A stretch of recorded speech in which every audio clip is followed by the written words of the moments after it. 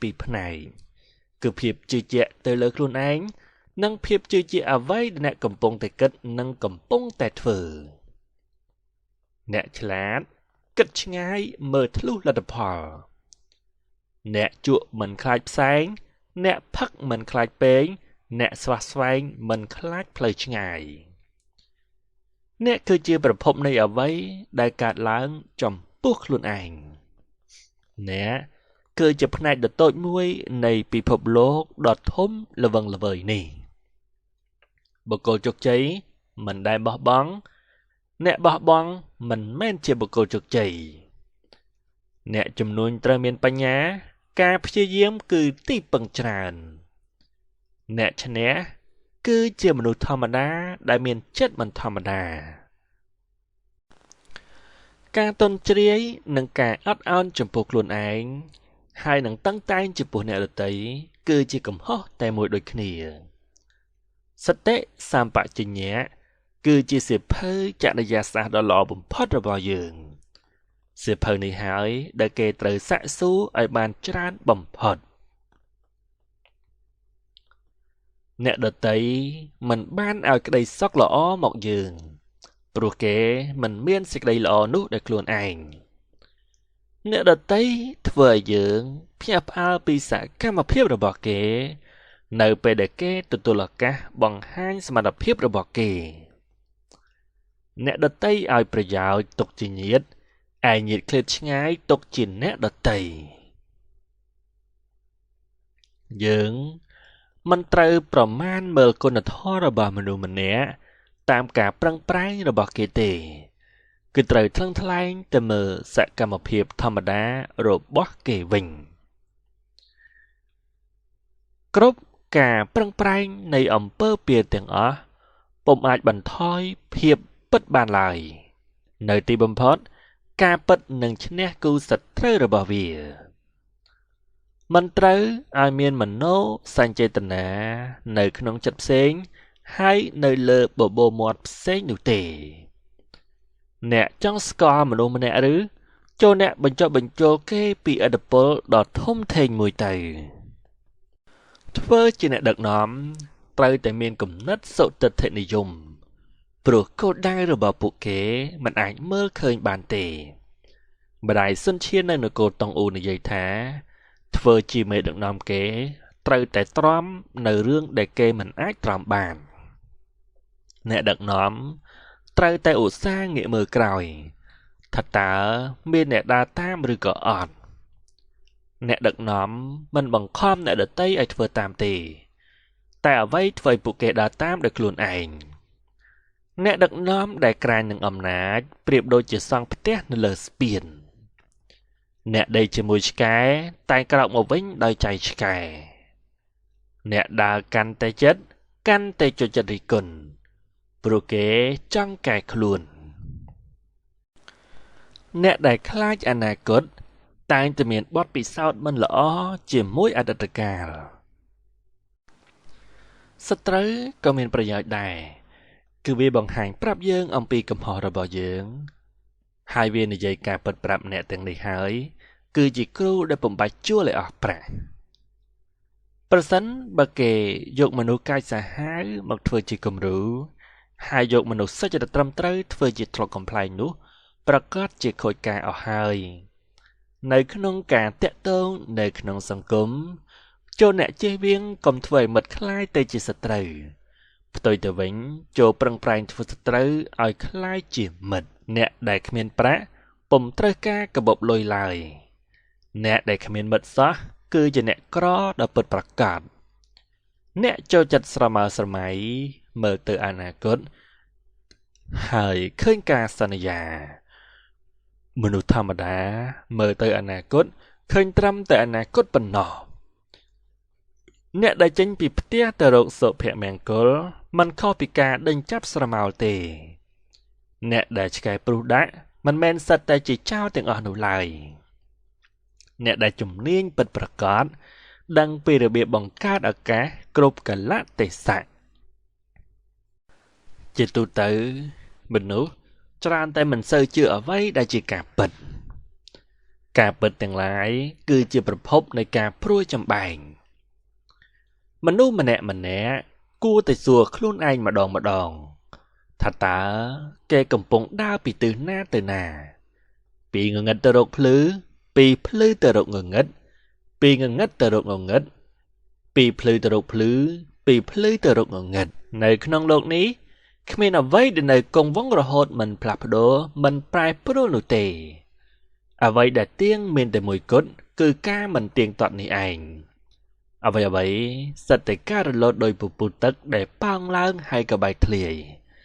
សូមពិនិត្យមើលដង្ហើមដែលចូលមកហើយតែងតែចេញទៅវិញនេះគឺជាទឹកតាំងធម្មជាតិរបស់វាប្រព្រឹត្តទៅក៏យ៉ាងនេះឯងដង្ហើមចូលហើយនិងដង្ហើមចេញវាផ្លាស់ប្ដូរគ្នាត្រូវតែមានការផ្លាស់ប្ដូរសង្ខារទាំងឡាយកើតឡើងក៏មានការផ្លាស់ប្ដូរយើងមិនអាចហាមឃាត់វាបានទេគិតឲ្យផ្ទុយពីនេះគឺដូចបង្ខំទឹកឲ្យហូរបញ្ច្រាសពីក្រោមឡើងមកលើកំពូលភ្នំប្រែជាន័យចង់រុញស្ថានភាពធម្មជាតិឲ្យហូរបញ្ច្រាសទិសក៏ដូចគ្នាដែរចូលទទួលស្គាល់នៅអ្វីដែលអ្នកពើប្រទះអភិវឌ្ឍចំណុចខ្សោយបន្ថែមចំណុចខ្លាំងធ្វើជីវិតឲ្យកាន់តែមានន័យអ្នកដែលធ្វើដំណើរតាមគេតាមឯងមិនដែលទៅឆ្ងាយពីគេឯងឡើយតែអ្នកដែលដើរម្នាក់ឯងតែងតែរកឃើញកន្លែងដែលដទៃទៅមិនដល់អ្នកដែលនិយាយថាគ្មានឱកាសមិនដែលចាប់យកឱកាសឡើយអ្នកដែលបង្ខិតបង្ខំគេឲ្យនៅជាមួយចង់បញ្ចប់នឹងនៅតែម្នាក់ឯងអ្នកដែលពុំឲ្យតម្លៃទៅលើការសរសើរពុំដែលធ្វើអ្វីសម្រាប់ការសរសើរនោះឡើយអ្នកដែលមមាញឹកនឹងការងារមិនដែលចេះស្ដាយពេលវេលាឡើយអ្នកដែលមានគំនិតថាលុយអាចធ្វើអ្វីគ្រប់យ៉ាងនឹងក្លាយជាមនុស្សដែលធ្វើគ្រប់យ៉ាងដើម្បីលុយវិញអ្នកដែលមិនគិតពីអតីតកាលងាយនឹងធ្វើឲ្យមានកំហុសសារជាថ្មីណាស់អ្នកដែលមិនធ្លាប់ធ្វើខុសមិនអាចបង្កើតការរកឃើញថ្មីបាននោះឡើយប្រសិនបើអ្នកចង់ផ្លាស់ប្ដូរសង្គមអ្នកត្រូវផ្លាស់ប្ដូរចាប់ផ្ដើមពីខ្លួនឯងកុំខ្វល់ពីអ្នកដទៃធ្វើឬមិនធ្វើត្រូវចាំថាអ្នកគឺជាកោសិកាមួយនៃសង្គមចូលកុំចូលខ្លួនធ្វើជាកោសិកាដែលបានការផ្សេងទាំងឡាយទៀតអីកាលណាបើយើងអាចដាក់ចិត្តនិងវិលត្រឡប់មករកបច្ចុប្បន្នវិញយើងក៏ដឹងការពិតថាអតីតកាលនិងអនាគតគ្រាន់តែជាការនឹកគិតនៅក្នុងបច្ចុប្បន្នដូច្នេះយើងបានដោះលែងខ្លួនយើងអំពីការជាប់ទាក់ទិនទៅនឹងពេលវេលាមិត្តសម្លាញ់ជួបហើយបែកសត្រូវគោកកស្រតបស៊ូគ្មានមិត្តប្រសើរជាងមានមិត្តដែលមានចិត្តមិនស្មោះត្រង់ជនពាលមានចរិតដូចធ្យូងពេលក្តៅលោកទៅរលាកពេលត្រជាក់លោកទៅប្រឡាក់ដៃបុគ្គលដែលសមនឹងទទួលនៅការគោរពគឺជាបុគ្គលដែលធ្វើឲ្យគេគោរពបុគ្គលដែលសម្រេចថាសងសឹកត្រូវតែជារណ្ដៅពីទុក្ខហើយអ្នកដែលស្រឡាញ់យើងបំផុតគឺជាអ្នកដែលបង្អាក់ឆន្ទៈនៅក្នុងការប្រថុយរបស់យើងខ្លាំងជាងគេបុគ្គលដែលស្លាប់ដោយគេឈ្មោះមានឈ្មោះថាមិនស្លាប់អ្នកដែលស្វែងរកស្នេហារមែងមិនជួបព្រោះគេគ្មានសេចក្តីស្នេហាប្រគល់ឲ្យនរណាម្នាក់ដែលគេកំពុងតែស្វែងរកឡើយបុគ្គលណាដែលធ្វើឲ្យយើងខឹងបានអាចគ្រប់គ្រងយើងបានដូចនេះកុំឲ្យណាម្នាក់គ្រប់គ្រងយើងបានពិសេសអ្នកដែលធ្វើដោយចេតនាអ្នកដំណើរជាច្រើនមិនបានគិតថាតើនឹងដើរតាមផ្លូវណានោះទេគេគ្រាន់តែគិតងាយថានឹងចាក់ចេញពីកន្លែងចាស់បុគ្គលណាមានហេតុផលល្អជាងគេអ្នកនោះនឹងត្រូវគេទទួលស្គាល់មុនគេអ្នកណាអោតអោនដល់ខ្លួនឯងអ្នកនោះចោទប្រកាន់ខ្លួនឯង អ្នកត្រូវចាប់ផ្ដើមធ្វើការនៅពេលដែលអ្នកដទៃកំពុងតែដេកស្រមៃអ្នកត្រូវដឹងច្បាស់ថាអ្វីដែលគួរតតាំងនិងអ្វីដែលត្រូវចោះចាញ់អ្នកត្រូវតែផ្លាស់ប្ដូរអ្វីដែលអ្នកត្រូវការនិងចង់ឃើញក្នុងពិភពលោកយើងនេះអ្នកត្រូវបដិសេធរហូតទៅដល់100 ដងដើម្បីប្រាកដថាមិនដើរផ្លូវខុសឬក៏ព្យាយាមជ្រុលពេកបុគ្គលត្រូវបើកគម្របលទ្ធភាពដែលមិនទាន់ប្រើរបស់អ្នកការមានអារម្មណ៍ល្អគឺជាសម្រស់ដ៏ប្រសើរបំផុតនៅក្នុងជីវិតចំណងដែលនិយាយចេញមកខ្លាំងៗគឺជាការខុសឆ្គងជានិច្ចក៏ប៉ុន្តែគេត្រូវបារម្ភចំពោះចំណងដែលនៅស្ងាត់ស្ងៀមមាសប្រៀបបាននឹងព្រះអាទិត្យដែលរលាយក្រមួនហើយនឹងធ្វើឲ្យស្ងួតភក់ច្រំមាសធ្វើឲ្យរីកចម្រើននៅព្រលឹងថ្លៃថ្នូរនិងធ្វើឲ្យចង្អៀតចង្អល់នៅចិត្តអាក្រក់ Henry Truman ប្រធានាធិបតីអាមេរិកដែលបញ្ជាឲ្យទម្លាក់គ្រាប់បែកបរមាណូនៅជប៉ុននោះបាននិយាយថាខ្ញុំបានរកឃើញផ្លូវដ៏ល្អបំផុតមួយដើម្បីឲ្យដំបូន្មានចំពោះកូនអ្នកគឺស្វែងយល់អ្វីដែលគេចង់រួចណែនាំគេឲ្យធ្វើរឿងនោះទៅស្ដីប្រដៅកូនហើយកុំភ្លេចអោបថើបគេផងទោះបីជាអ្នកមានលុយកាក់មាសពេជ្រកែកងពីទូសុរកានច្រើនប៉ុណ្ណាក៏ដោយក្រោយអាយុ6 ដណ្ដប់ឆ្នាំឲ្យកូនអ្នករកលុយបង់មួយចំណែកនៃថ្លៃសាលារបស់គេបងរៀនកូនឲ្យស្គាល់តម្លៃលុយនិងកិច្ចការសំខាន់នៅក្នុងការសន្សំទៅជួបគ្រូរបស់កូនអ្នកនៅថ្ងៃប្រជុំមាតាបិតាសិស្សអ្នកនឹងដឹងរឿងដែលអ្នកមិនធ្លាប់ដឹងពីកូនរបស់អ្នកស្រឡាញ់កូនតាមដោយលក្ខណៈដែលគេមានកុំតាមអ្វីដែលអ្នកចង់ឲ្យគេទៅនោះដូចបំណងរបស់អ្នកអីអ្នកត្រូវពេញចិត្ត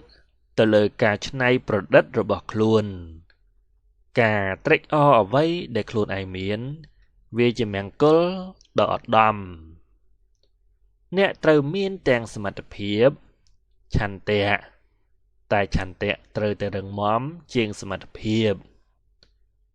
អ្នកត្រូវរកដំណោះស្រាយឲ្យបានពីរយ៉ាងតិចចំពោះបញ្ហាមួយអ្នកត្រូវសាងជំហានដំបូងឡើងមកសិនព្រោះបើមិនមានវាភាពជោគជ័យក៏មិនមកតាមដែរអ្នកត្រូវសួរខ្លួនឯងឲ្យបានច្រើនបើចង់ទទួលជោគជ័យនៅក្នុងទំនាក់ទំនងអ្នកត្រូវអានជារៀងរាល់ថ្ងៃគឺជាការអានឲ្យខ្លួនឯងស្ដាប់អ្នកត្រួតត្រាខ្លួនឯងមិនបានពុំសមត្រួតត្រាអ្នកដទៃឡើយអ្នកទិញជាអ្នកកំណត់ការលក់ដូររបស់អាជីវករអ្នកទី2តែងសម្លឹងថាខ្លួនឯងចោះចាញ់អ្នកទី1ដោយភ្លេចគិតថាខ្លួនឯងឈ្នះអ្នកទី3មនុស្សជាទូទៅរស់នៅដើម្បីពិចារណាអំពីអតីតកាលត្អូញត្អែចំពោះបច្ចុប្បន្ននិងព្រួយបារម្ភចំពោះអនាគតជំនឿផ្ដេសផ្ដាសគឺជាគ្រោះថ្នាក់ដ៏ធំបំផុតសម្រាប់មនុស្សលោកវាធ្វើឲ្យមនុស្សសាមញ្ញល្ងង់វាធ្វើទុកអ្នកប្រាជ្ញវាចង់គៀកប្រជាជនទាំងឡាយហើយនឹងបណ្ដាលឲ្យមានអំពើអាក្រក់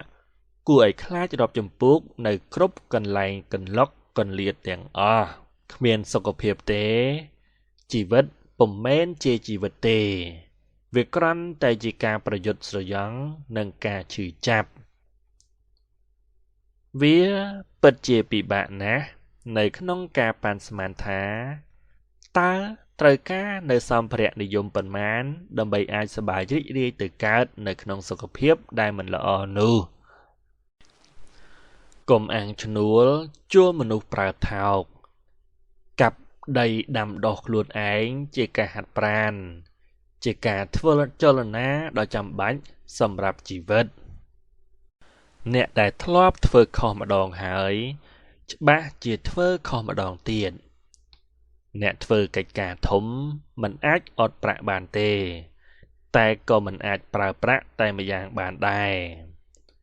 អ្នកធ្វើដំណើរចំណាយពេលវេលាស្ទើរតែទាំងអស់ដើម្បីឡើងទៅដល់កំពូលភ្នំអញ្ចឹង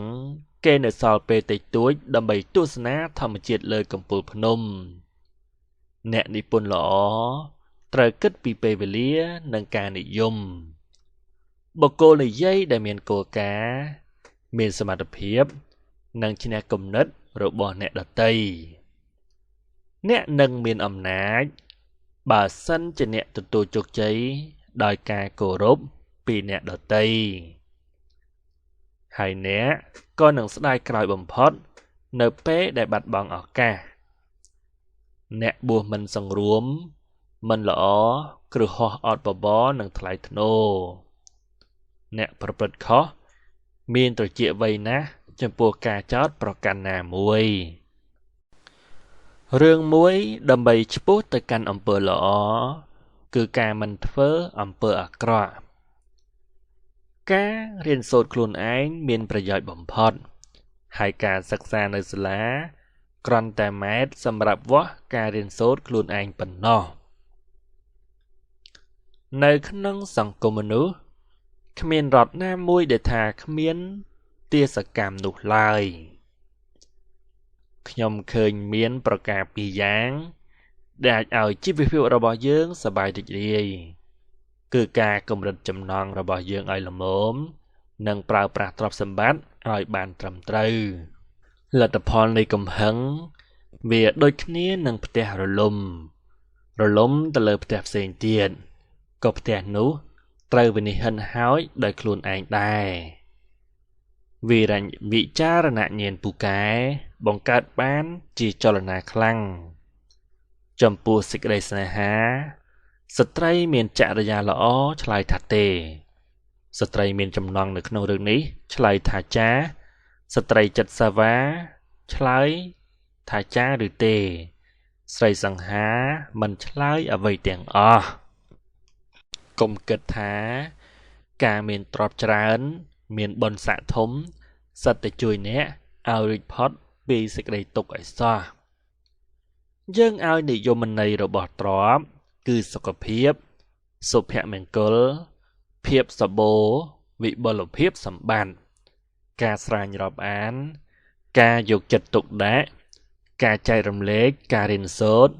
ការដឹងថាតើយើងចង់បានអ្វីឱកាសរីករាយនិងតុល្យភាពប្រសិនបើលុយកាក់ជាសង្ឃឹមរបស់អ្នកនៅក្នុងការស្វែងរកឯករាជ្យភាពនោះអ្នកនឹងមិនបានជួបប្រទះទេសន្តិសុខតែម្យ៉ាងគត់ដែលមនុស្សម្នាក់អាចមាននៅក្នុងโลกនេះគឺការបម្រុងទុកនៅចំណេះដឹងមួយការពិសោធន៍និងការស្ទាត់ជំនាញភោគទ្រព្យគឺជាការកប់ចិត្តនឹងអ្វីដែលយើងមានហើយមិនមែនប្រមូលថែមទៀតនៅអ្វីដែលយើងគិតថានឹងធ្វើឲ្យយើងសប្បាយចិត្តនោះទេអ្នកប្រាជ្ញតាំងគោលដៅដោយសម្លឹងរកមេឃតែជើងគេចន់ដីឈរទៅលើសភាពពិតជាក់ស្ដែងអ្នកពូកែទ្រឹស្ដីច្រើនតែអ្នកដែលមិនសូវពូកែធ្វើអ្នកពេញចិត្តនឹងភាពក្រីក្ររបស់ខ្លួនឯងគឺជាអ្នកមានដ៏ប្រសើរបុគ្គលពុំចាំបាច់ស្វែងរកកិត្តិយសទេព្រោះវានឹងចេញមកតាមអាកប្បកិរិយារបស់អ្នកពុំអាចជៀនសុទ្ធដោយមិនបំបែកសម្បករបស់វាសិនទេអ្នកមានរក្សាខ្សត់ដោយសម្ពុតបត់ពីក្រៅអ្នកប្រាជ្ញរក្សាខ្លៅដោយសំពៅនិងសំប៉ានអ្នកចូលចិត្តនៅយើងនិយាយរឿងលុយពេលហូបបាយតែអ្នកក្រមិនចូលចិត្តទេអ្នកមានចូលចិត្តនិយាយរឿងលុយនៅក្នុងតុបាយតែអ្នកក្រមិននិយាយទេបុគ្គលមានជម្រើសច្រើនចំពោះវិធីបញ្ចេញកំហឹងរបស់អ្នក អ្នកមានទិញភាពហឺហាតាមក្រោយអ្នកក្រទិញវាជាមុនអ្នកមានរមែងទុកចិត្តថាអញមានទ្រព្យអ្នកមានប្រពន្ធស្អាតត្រូវតែមានភ្នែកលើសពីពីរអ្នកមានលទ្ធភាពអាចទិញវត្ថុច្រើនយ៉ាងតែអ្នកមានសមត្ថភាពអាចទិញវត្ថុគ្រប់យ៉ាងអ្នកមានលាចាកលោកដោយបន្សល់ទុកមរតកជាច្រើនទៅដល់គ្រួសារអ្នកក្រលាចាកលោកដោយបន្សល់បំណុលជាច្រើនទៅដល់គ្រួសារអ្នកមានសញ្ញាបត្រខ្ពស់អាចនឹងមិនមានជោគជ័យដោយអ្នករកស៊ីជាងបច្ចេកទេសផងអ្នកមានសមត្ថភាពអាចយកអ្វីដែលគេចង់បានអ្នកមានឲ្យកូនរៀនដើម្បីទិញក្រុមហ៊ុនល្អរីឯអ្នកក្រឲ្យកូនរៀនដើម្បីចូលធ្វើការនៅក្នុងក្រុមហ៊ុនល្អបុគ្គលមិនចេះសម្រាកគឺជាមនុស្សដែលមិនចេះធ្វើការអ្នកមិនចាំបាច់និយាយពីខ្លួនឯងទេព្រោះបុគ្គលដទៃនឹងនិយាយពីពេលដែលអ្នកចាកចេញអ្នកមិនចាំបាច់មានតំណែងអ្វីមួយដើម្បីក្លាយជាអ្នកដឹកនាំទេអ្នកមិនត្រូវធ្វើជាជនរងគ្រោះរបស់កំហឹងខ្លួនឯងនោះឡើយ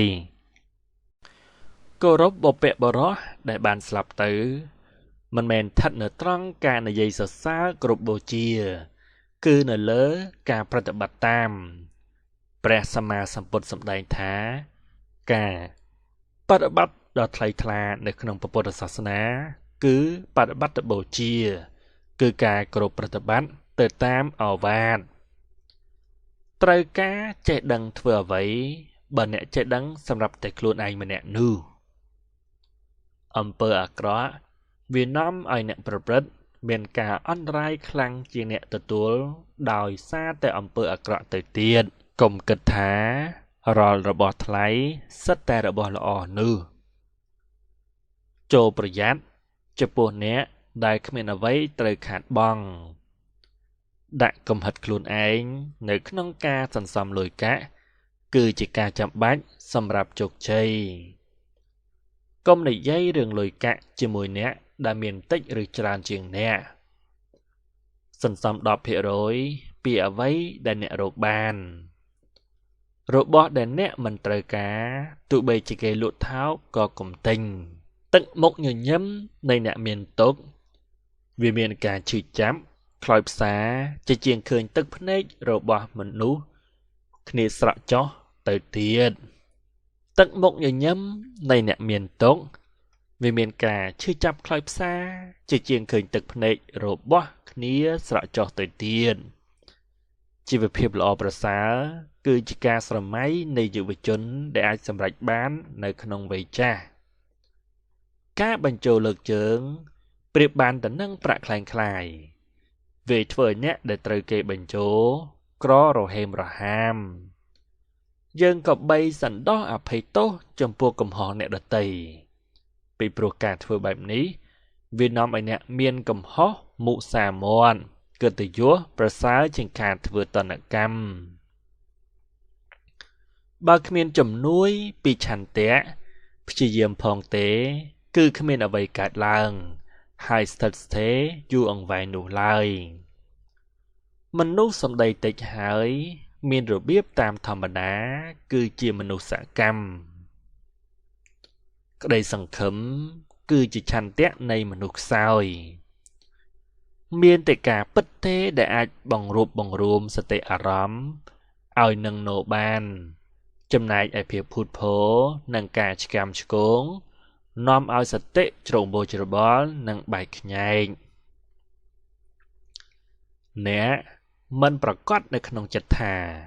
ស្រឡាញ់នរណាម្នាក់ទេតម្រាំតែប្រកាសចិត្តស្រឡាញ់ក៏បាត់ទៅអ្នកមិនអាចកសាងជីវិតបានទេបើសិនជាអ្នករស់ដោយពឹងទៅលើការសរសើរក្លែងក្លាយនិងក្តីសង្ឃឹមរបស់អ្នកដទៃអ្នកមិនអាចចាត់ទុកជាសុភាពបុរសបានទេ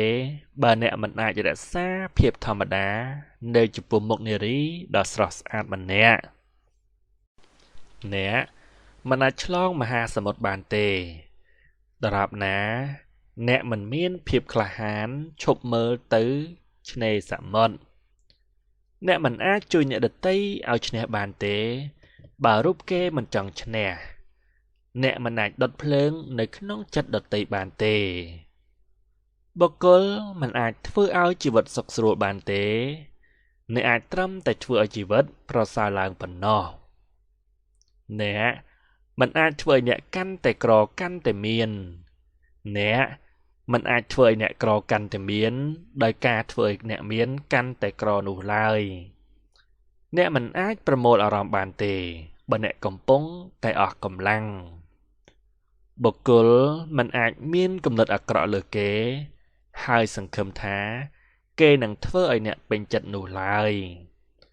អ្នកមិនអាចយកឈ្នះមនុស្សដែលមិនចេះចោះចាញ់បានឡើយអ្នកមិនអាចវាយតម្លៃអ្នកដទៃបានទេបើសិនអ្នកមិនអាចវាយតម្លៃខ្លួនឯងបានផងនោះ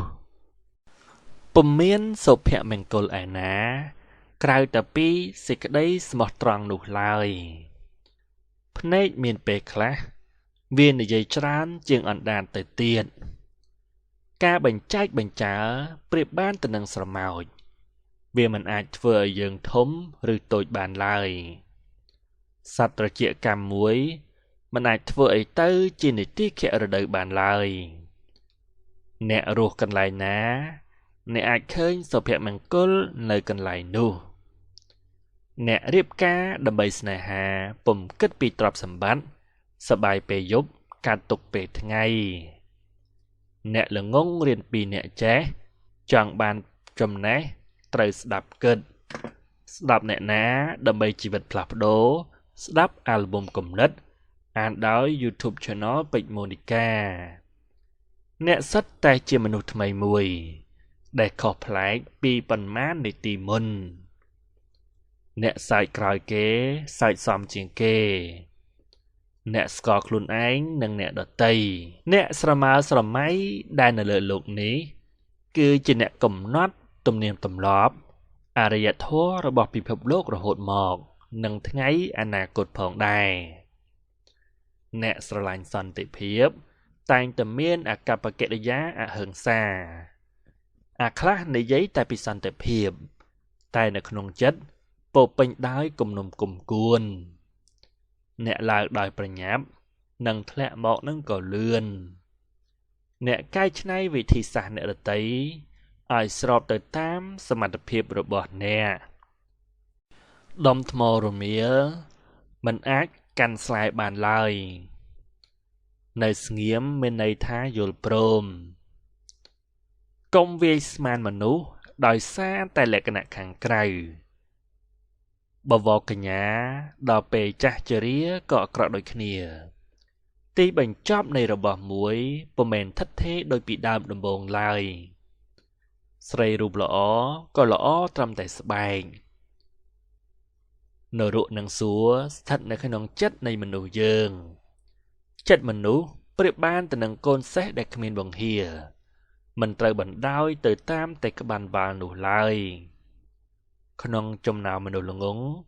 អ្នកចេះតិចតួចអាចធ្វើអ្នកប្រាជ្ញបាននៅស្រុកមនុស្សខ្វាក់មនុស្សគោមគឺជាស្ដេចឆ្កែព្រុសផ្ដេសផ្ដាស់ហើយឆ្កែមួយរយទៀតក៏ព្រុសផ្ដេសផ្ដាស់តាមចាប់រុយនឹងទឹកឃ្មុំមិនមែនចាប់ដោយទឹកខ្មេះឡើយកុំយកកំហែងទៅទល់កំហល់ប្រាក់ជាមិត្តបម្រើដ៏ល្អក៏ប៉ុន្តែជាចវាយនាយដ៏អាក្រក់ធ្វើមិត្តជាមួយមនុស្សទាំងអស់ក៏គ្មានមិត្តជាមួយអ្នកណាទាំងអស់កុំយកពងមាន់ទៅផ្ញើនឹងក្អែកមិនត្រូវយកឆ្កែចចកទៅបង្ខាំងទុកនៅក្នុងក្រោលជាមនោះឡើយអ្នកអាចធ្វើដំណើរបានឆ្ងាយទៅដល់ខ្លួនឯងតែអ្នកអាចបន្តដំណើរបានឆ្ងាយជាងនេះបើមានជំនួយពីអ្នកដទៃអ្នកអាចនឹងជួបភាពជោគជ័យឬបរាជ័យដោយមនុស្សដែលនៅជុំវិញអ្នកដែរអ្នកអាចបាត់បង់ជីវិតដោយសារតែភាពលោភលន់អ្នកអាចនឹងពោលពាក្យសំទោសយឺតពេលទើបគេមិនបានឮការអានសម្រង់អាល់ប៊ុមគំនិត បណ្ដាំដកស្រង់និងកំណត់ល្អៗនេះនាំមកជូនលោកអ្នកដោយ YouTube Channel ពេជ្រ Monica សូមអរគុណចំពោះភក្ដីភាពរបស់លោកអ្នកដែលតែងតែគាំទ្រនៅការអាននេះយើងនឹងជួបគ្នានៅវីដេអូខាងក្រោយជាបន្តមកទៀត